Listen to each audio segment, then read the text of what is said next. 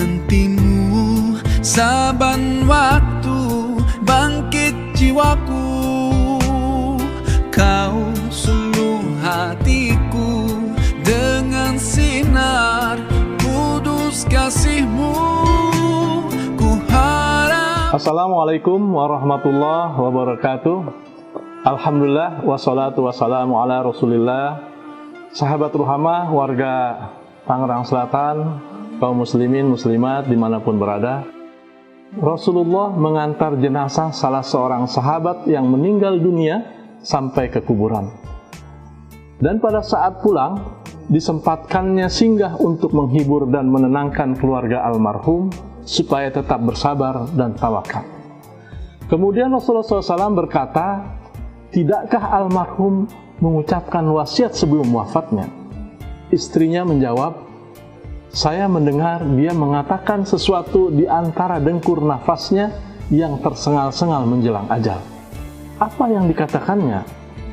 Saya tidak tahu ya Rasulullah. Apakah ucapannya itu sekedar rintihan sebelum mati, ataukah pekikan pedih karena dahsyatnya sakratul maut?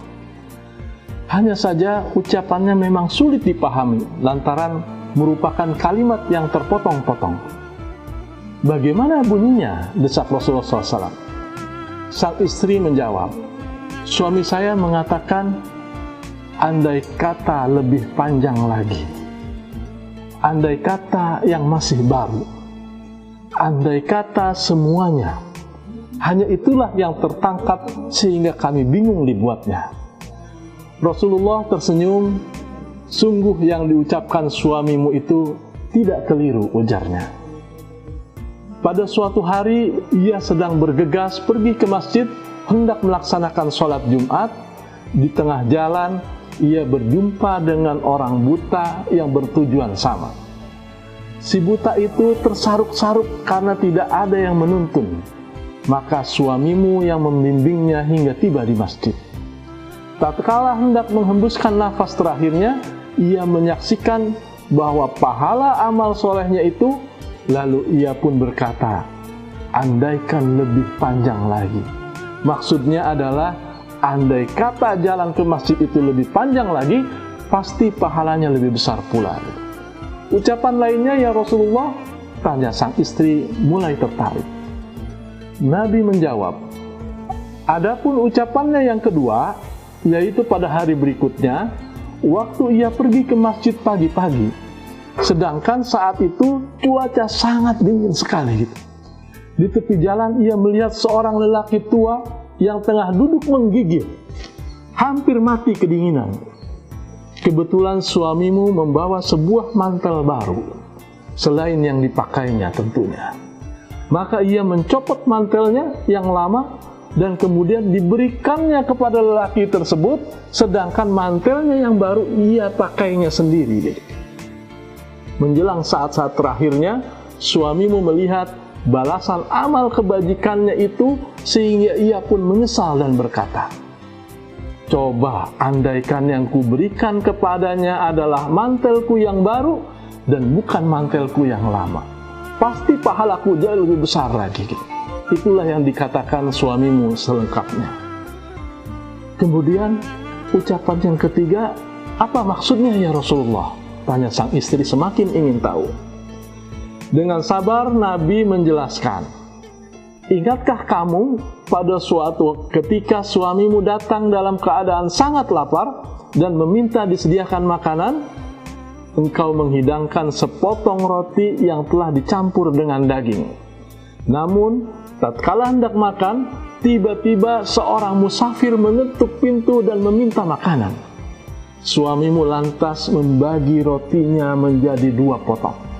Yang sebelah diberikannya kepada musafir itu. Dengan demikian, pada waktu suamimu sakratul maut, ia menyaksikan betapa besarnya pahala dari amalannya itu. Karenanya, ia pun menyesal dan berkata, kalau aku tahu begini hasilnya, musafir itu tidak hanya kuberi separuh roti, sebab andai kata semuanya kuberikan kepadanya, sudah pasti ganjaranku akan berlipat ganda. Sahabat Ruhama, muslimin dan muslimat warga Tangsel dimanapun berada, memang begitulah keadilan Allah Subhanahu wa Ta'ala. Pada hakikatnya, apabila kita berbuat baik, sebetulnya kita juga sedang melakukan kebaikan untuk diri kita sendiri. Kita juga yang akan beruntung, bukan orang lain. Lantaran segala tindak tanduk kita tidak lepas dari penilaian Allah. Sama halnya, jika kita berbuat buruk, akibatnya juga akan menimpa diri kita sendiri. Karena itulah Allah mengingatkan, kalau kamu berbuat baik, sebetulnya kamu berbuat baik untuk dirimu sendiri. Dan jika kamu berbuat buruk, berarti kamu telah berbuat buruk atas dirimu pula.